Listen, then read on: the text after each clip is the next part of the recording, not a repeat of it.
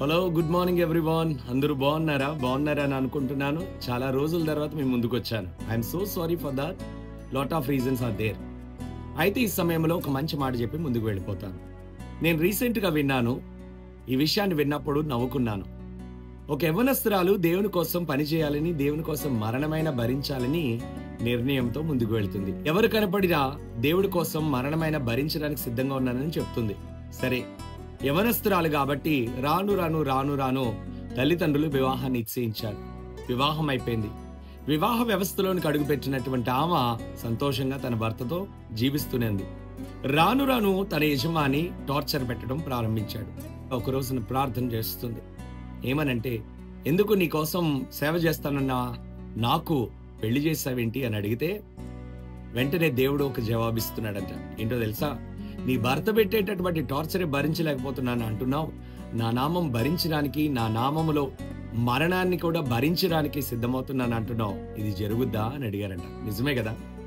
చాలా మంది దేవుడి దగ్గరకు వచ్చి రకరకాల కోరికలు, రకరకాల ఆశలు, రకరకాల కలలు కని అవి దేవుడి ముందు పెడుతూ ఉంటారు.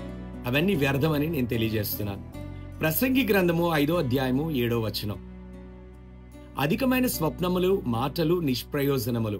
నీ మట్టుకు నీవు దేవుని యందు భయభక్తులు కలిగి ఉండుము. The book of Ecclesiastes 5th chapter 7th verse. This verse compares the vanity of many words to the vanity of dreams, which are often seen as meaningless. In the same way, excessive words before God are considered pointless and can lead to sin. దేవుడి ముందు రకరకాల కోరికలు, రకరకాల కలలు ప్రకటించడం కాదు. నువ్వు ఎన్ని మాటలు మాట్లాడినా, ఎన్ని కళల కన్నా అవి నీ జీవితానికి ఎంతవరకు అంటే నీకు ధైర్యాన్ని ఇవ్వడానికి, నిన్ను నువ్వు సాటిస్ఫై చేసుకోవడానికి మాత్రమే. అయితే దేవుని యందు భయభక్తులు కలిగి ఉండమని మాత్రం ఇక్కడ నేను తెలియజేస్తున్నాను. మానవునికి అవసరాలు తీరాలి. ఆ అవసరాల నిమిత్తం ఎన్ని కలలైనా కంటారు. అది చేస్తాను, ఇది చేస్తాను అని చెప్పి మాట్లాడడం వల్ల ఉపయోగం లేదు. నీ జీవితంలో ఏది జరగాలన్నా దేవుని యందు భయభక్తులు కలిగి ఉండు. నీ జీవితం దేవుడి చేతిలో ఉన్నది. ప్రతి ఒక్కరూ అనుకుంటూ ఉంటాం, నా జీవితం నా ఇష్టం.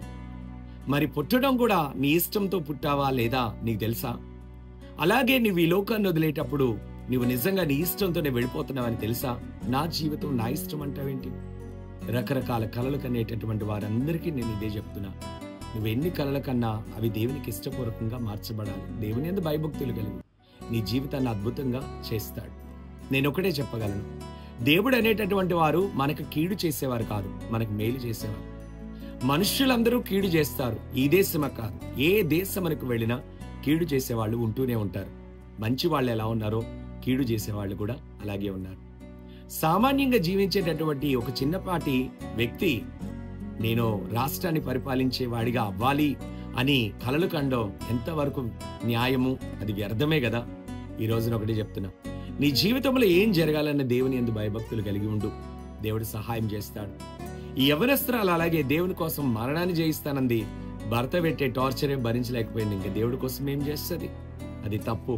ప్రతి ఒక్కరికి చెప్పేది, నువ్వు దేవుడి యందు భయభక్తులు కలిగి ఉండు. డ్రీమ్స్ కలిగి ఉండి ఆ డ్రీమ్స్ లోనే జీవించొద్దు. నీ జీవితంలో చాలా సంవత్సరాలు గడిచిపోతున్నాయి.